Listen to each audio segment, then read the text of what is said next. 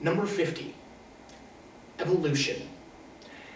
We're back to Ivan Reitman kind of making a Ghostbusters movie without having the Ghostbusters in it.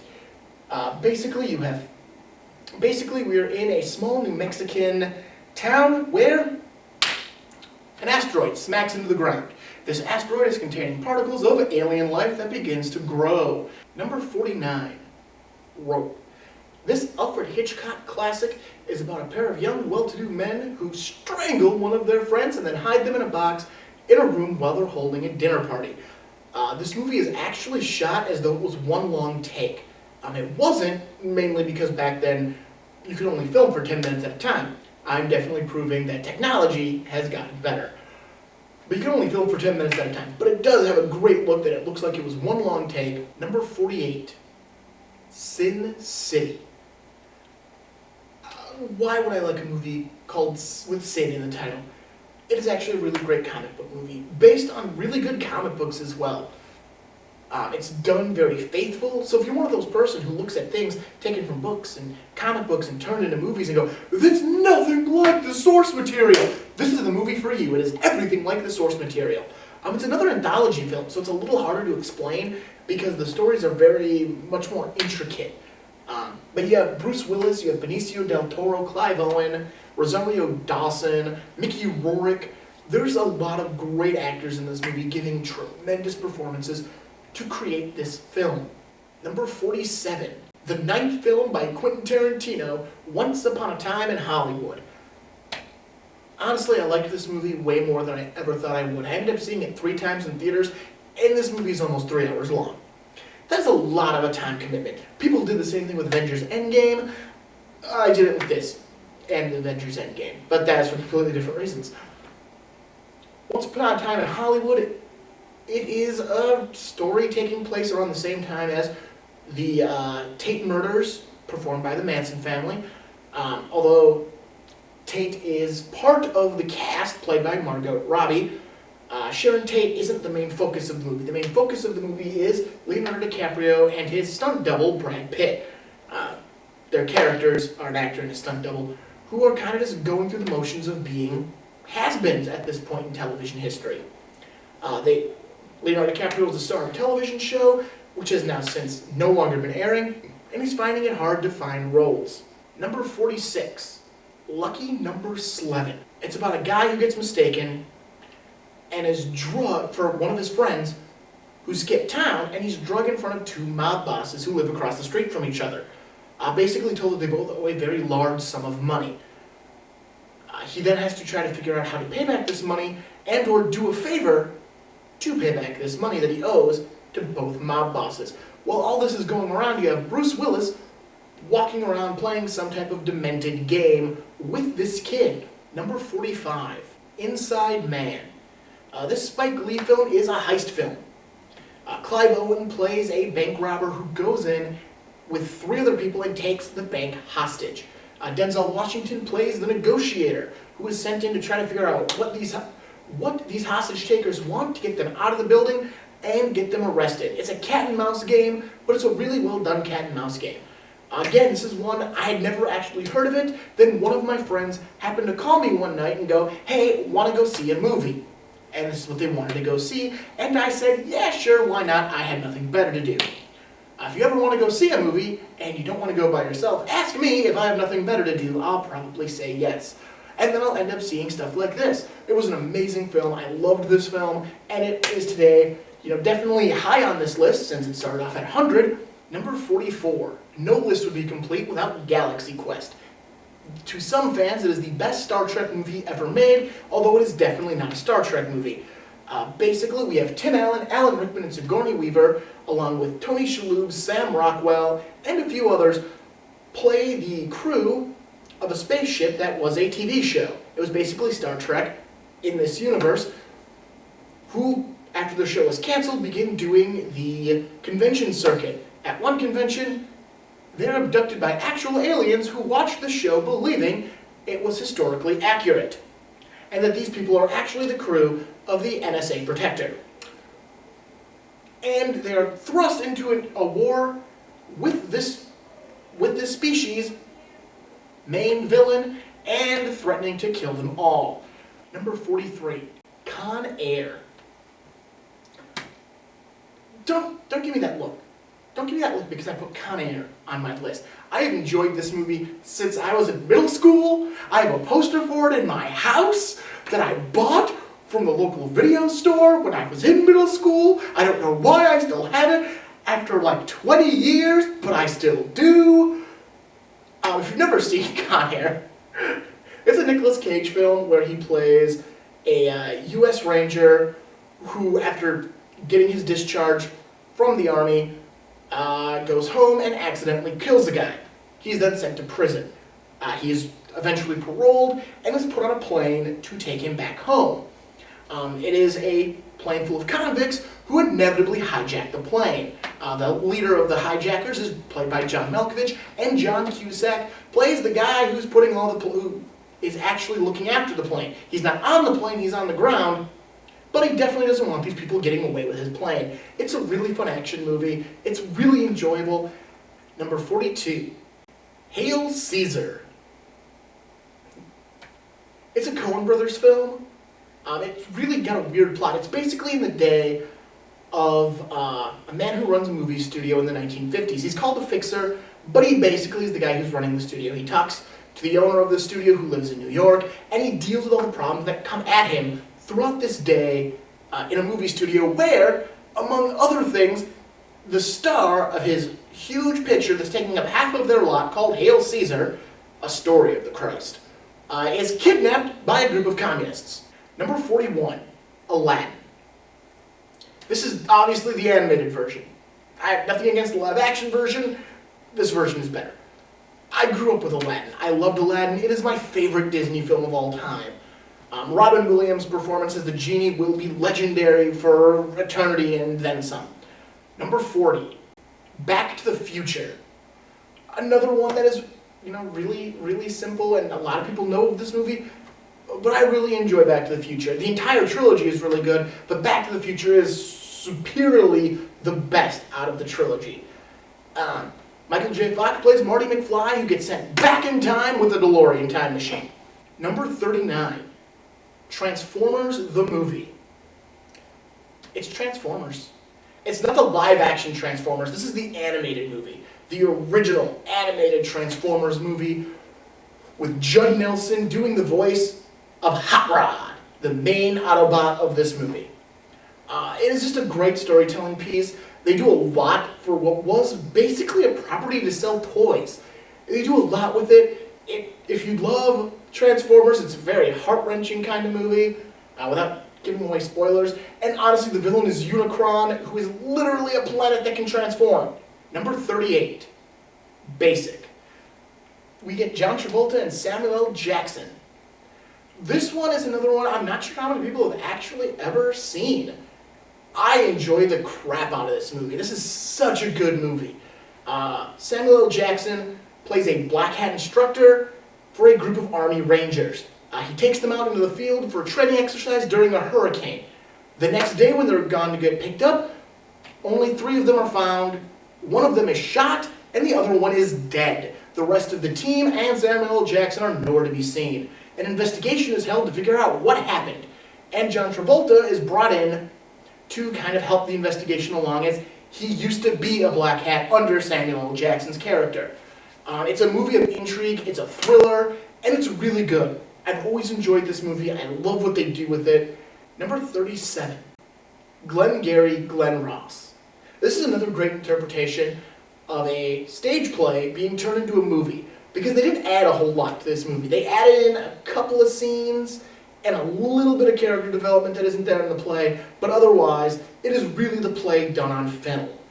You get Al Pacino, you get Jack Lemmon, you get Alec Baldwin, Ed Harris, Alan Arkin, Kevin Spacey, and Jonathan Pryce all in this movie. That is basically the cast of this movie. There's a couple other actors, but that is basically the entire cast of this 2-hour film. It's based on the play by David Mamet, and it's about salesmen. Salesmen who have to go out and make sales, close sales, to be able to make money. And they have a competition going on, where the winner gets a sports car, and the loser's out of a job. Coffee is for closers. Number 36, Eulogy. This is a weird comedy. The patriarch, the father of a family, dies. So his children, Ray Romano, Hank Azaria, Kelly Preston, and there's one more whose name is now fleeting out of my mind, are brought back together to plan the funeral and bury their father. But they all have little screwed up lives. They have their kids. One of them has a husband and children who say all of one word throughout the entire movie because she is so demeaning to them that they can't talk. One of them is a former child actor who now plays background characters in pornography. It's a really funny movie with some really strong performances. I'm not a huge Ray Romano fan, but I really like him in this movie. It's a lot of fun, and it's really kind of weird, and it kind of all is wrapped around a story being retold to someone by Zooey Deschanel, who's carrying out her grandfather's last request. Number 35, Gremlins. This is a great movie. A kid named Billy Pelser gets a present for Christmas. It turns out to be a small animal called a mogwai. He is told 3 things he's not allowed to do with the mogwai. 1, he's not allowed to feed it after midnight. 2, he's not allowed to get it wet. And 3, he's not allowed to expose it to bright light, especially sunlight, because it will kill it. By the end of this 90-minute runtime, he has exposed it to all 3. It is a great little madcap horror movie. It's a lot of fun. I love this movie. Number 34, Jesus Christ Superstar, and I just fought every urge in my body not to sing it in the style of the song from the movie. This is a rock opera. It's based on the Broadway play. Basically, it looks at Jesus' life at the end, basically from right before he enters Jerusalem for the last time, up through his crucifixion, all told through song, all told through amazing song. The main character isn't really Jesus as much as it is Judas, and it kind of takes a look at what had to happen to get Judas to betray Christ. What mindset does one have to be in to go, you're the Son of God, I believe you're the Son of God. No, nail him to that tree. Number 33, back to some Kevin Smith with Mallrats. It's a comedy about a pair of guys who go to a mall. They have no business there. They aren't there to shop. They're not there to work. They're just there to kill their day. Hence, Mallrats. And it is about the shenanigans they get into. Both of them have just broken up with their girlfriends that morning. One because of an incident that happened the night before. The other one because they're a video game playing slacker. And it's them dealing with their loss and trying to figure out how they're going to win their respective girlfriends back. It's really funny. Number 32. For a guy like me, what list wouldn't be complete without the Rocky Horror Picture Show? This musical is wacky, it's weird, and it's another one that's it's kind of hard to describe without giving the whole thing away. It's got great music. Most people will know it from at least the Time Warp. Let's do the time warp again. I've been holding that in since Jesus Christ Superstar.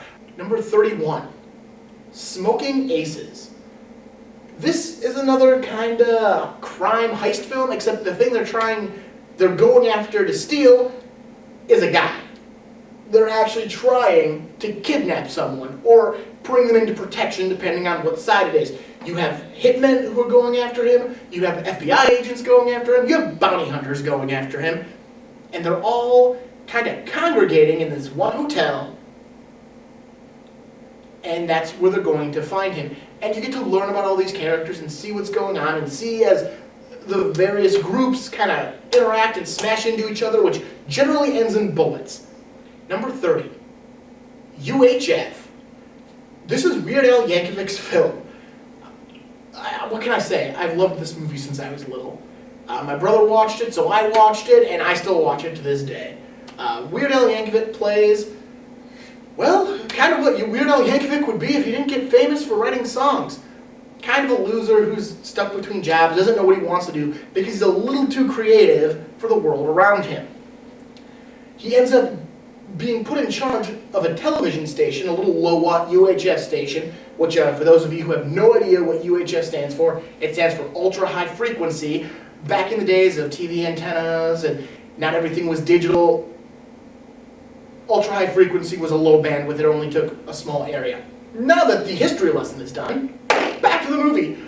He's taken over a UHF station, and he actually uses his creativity to create shows people love and enjoy, and it takes off until, obviously, they run into a problem with the actual mainstream television station in town. It's a great movie. Weird Al Yankovic gives a tremendous performance for a guy who basically never acted in a movie again.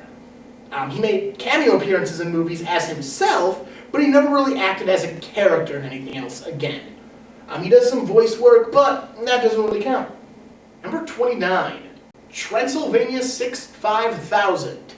Another one where it's hard for me not to sing-song the title of the song. Basically, Jeff Goldblum and Ed Begley Jr. play a pair of reporters who are sent to Transylvania to find Frankenstein's monster. Yep, they are sent there to find it. Not that this takes place in a world where Frankenstein's monster is a real thing. This takes place in a world where it is definitely a fictitious character. But they are shown a videotape showing something that might kind of sort of be Frankenstein's monster, and their boss sends them anyways.